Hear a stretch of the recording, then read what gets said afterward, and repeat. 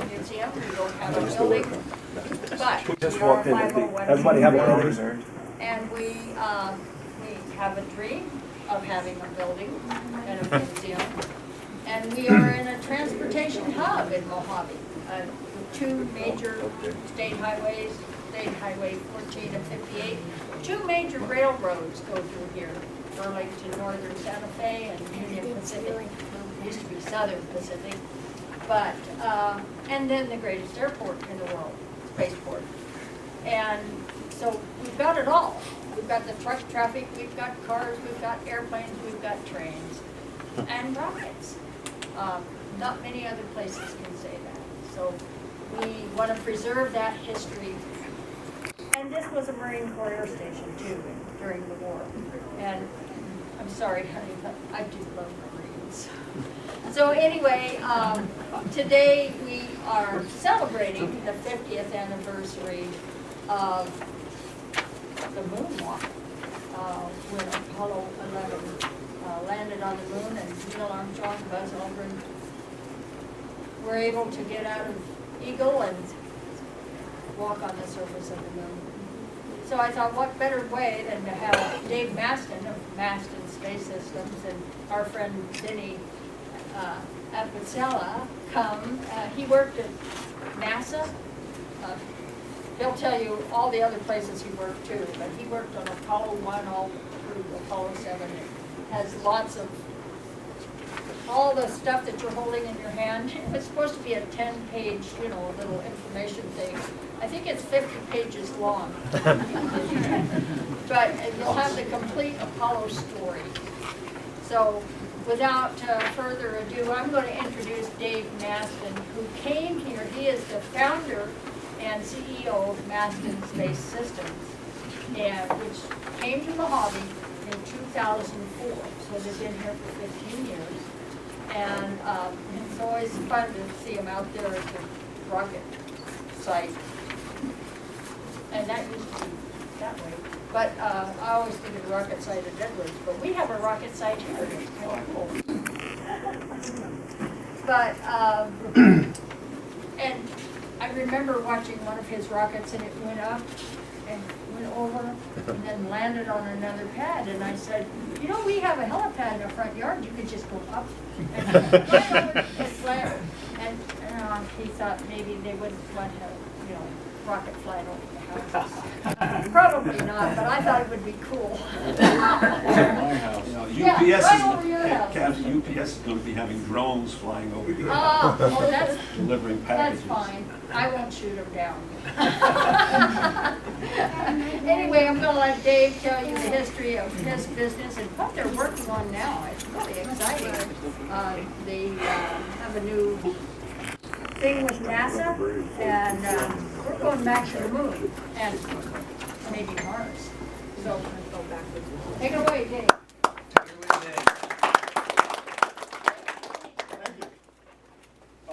So yeah, so real quick, going to the moon, getting back to the moon. We'll talk about today. So some history, as we all know, 50 years ago, we actually put a person on the moon. Two of them, as a matter of fact, and it was awesome. It was great. I don't remember it at all. Oh, I do. I do. Oh, I do. I do. Sorry, but I was completely irresponsible at that time. All I cared about was food and getting my diapers changed every once in a while. What year were you born? I was born in 1968.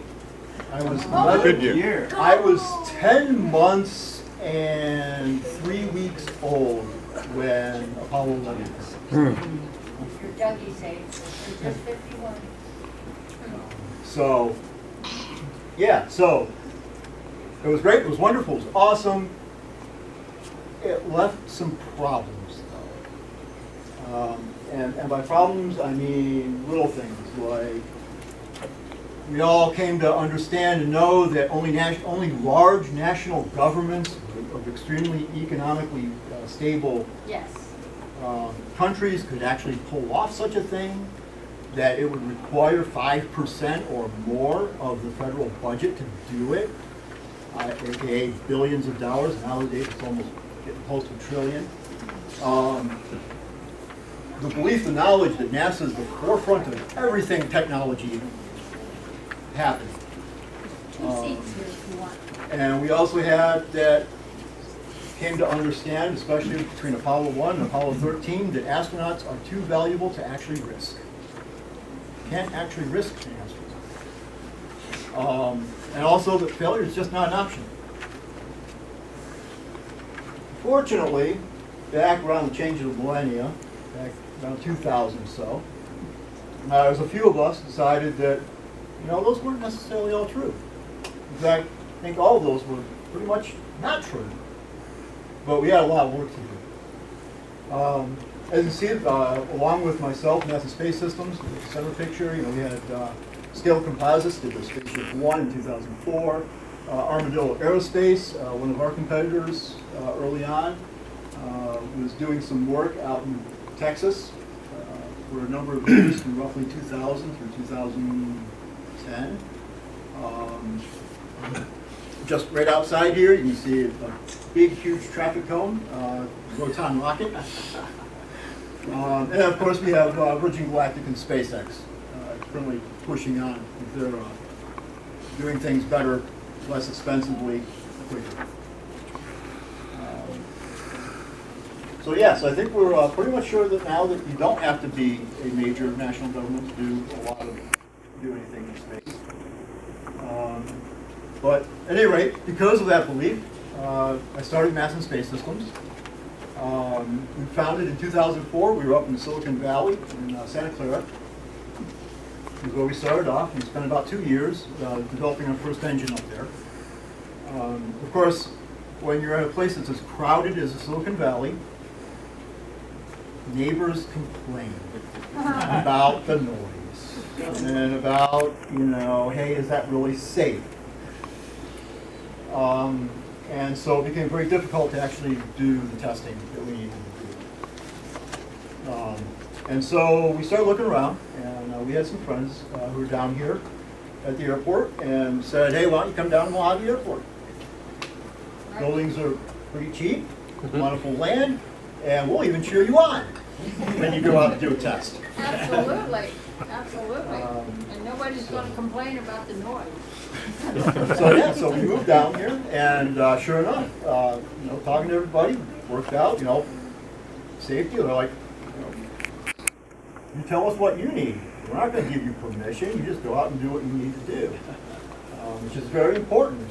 Sort of a trust and respect between us that, hey, we're going to try to be as safe as we can, within reason, and they're going to allow us to do that, and allow us to make some mistakes and not worry too much about it, as long as we've done everything we could do to take care of the safety part. So for the next several years, from 2006 through 2009, we started developing a rocket, fully reusable.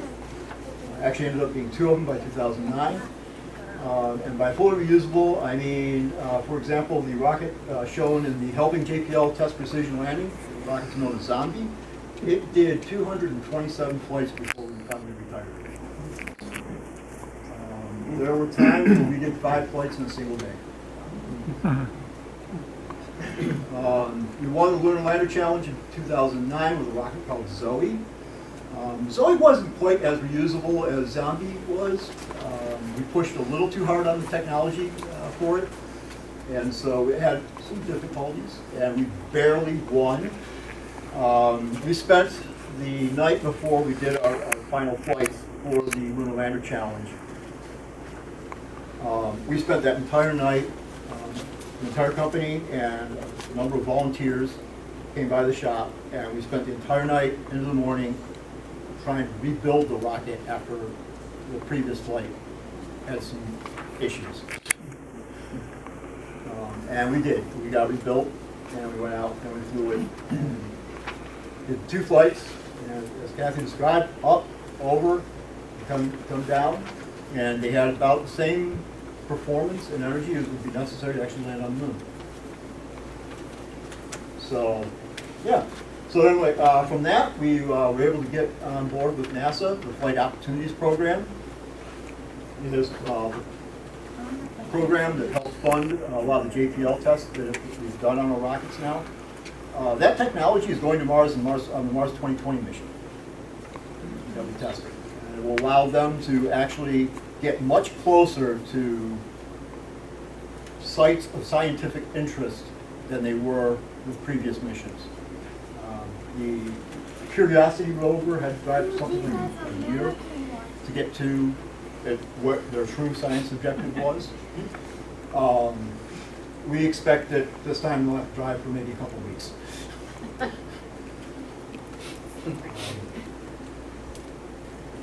So yeah, so we've been doing that over the course of the past 10 years. We've done over 600 flight operations with our vehicles, 5 vehicles,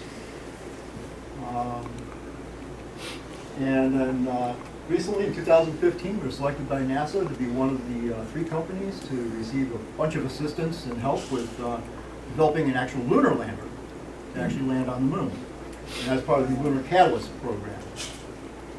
And how that program works, well, yeah, it works. We're still in it. We've got a couple of extensions on it.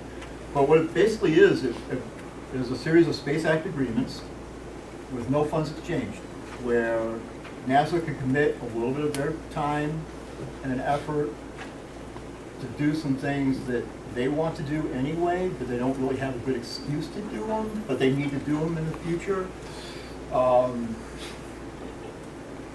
And use that to help us in developing our ability to actually land on the moon. And so that's been a great program.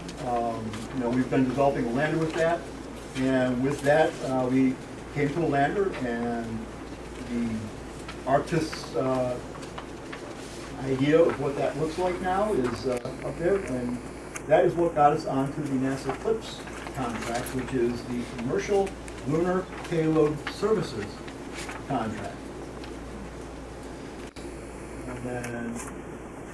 And what that is quite simple. It's 9 commercial providers, where programs 10 years, $2.6 billion over a 10-year period. Providers are responsible for doing everything. Build the lander, integrate the payloads, arrange the launch of the vehicle, and then actually fly the vehicle and land it on the moon. Operate the vehicle and the payloads for whatever period of time is necessary for the payloads, because some payloads, some of the payloads for the program that they've already announced actually just need to operate for a few minutes during the landing. Others want to last as long as they can on the surface.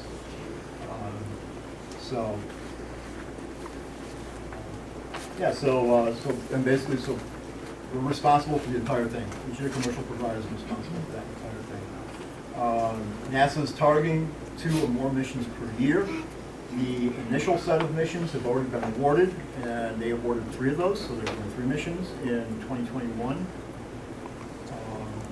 And we're hoping we're going to be doing a couple more missions in 2022, but we want to select 2021 flights. And basically, a lot of this work is going to be used to not only get science returns to scientists, but also to better understand the science and technology necessary to support the Artemis program, which is bringing humans back to the moon. Along with that, we also recently won a contract to do some work to help build Artemis. We're actually doing some technology development and testing for propulsion systems that NASA expects to be using for the human return. As soon as they can. Wow, I just went through that way too quick.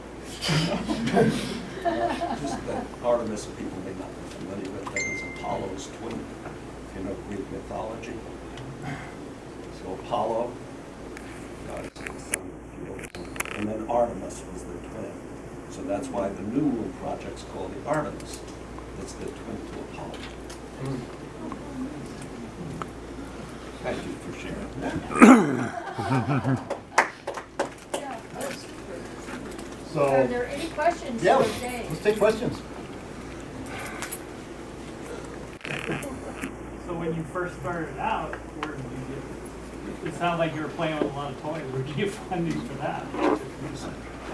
So, like I said, we started off in Santa Clara. That's because I had golden handcuffs from a nice little company that got acquired. And this is not my first startup. Unfortunately, my first startup didn't do as well as Elon Musk's did. How many employees do you have? How big an operation do you have here? We are currently 15 people. One of the core premises to the company and how we work is that we keep the team small so that we don't spend all day in meetings trying to coordinate engineers to make sure that electrical connection and Ethernet connection aren't going to interfere. Nobody knows how to hurt a guy. It's like herding cats. And it's just, that is a problem with any large program with large organizations. And I've encountered that so many times, from my service in the Army up to when we got, my previous startup got acquired, and I spent 2 years in a much larger company. Decisions by committee Yeah, it's decisions by committees, and it's bureaucracy, and Lord help you, have to go talk to the HR person.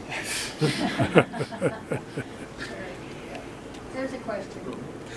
Dave, can you talk about what kind of things you might anticipate doing on Artemis specifically? Is it hardware, software, So an we're hoping actual to do lander? lots of things on Artemis, but the way it's playing out right now, it looks like we'll probably end up doing a bit of hardware work with providing thrusters, potentially for the ascent vehicle, or get the astronauts back off the moon. Okay. Or actually, it might have something to do with the gateway itself and the refueling capability. There's another place that the technology we're working on will be applied. And considering that we'll see when they figure out and actually formulate what they're doing next with the sort of speeding things up. They're supposed to have an announcement early this month. Haven't seen it yet. We'll see what happens. It's getting to be late this month. What kind of fuels did you use in Zoe and Zombie?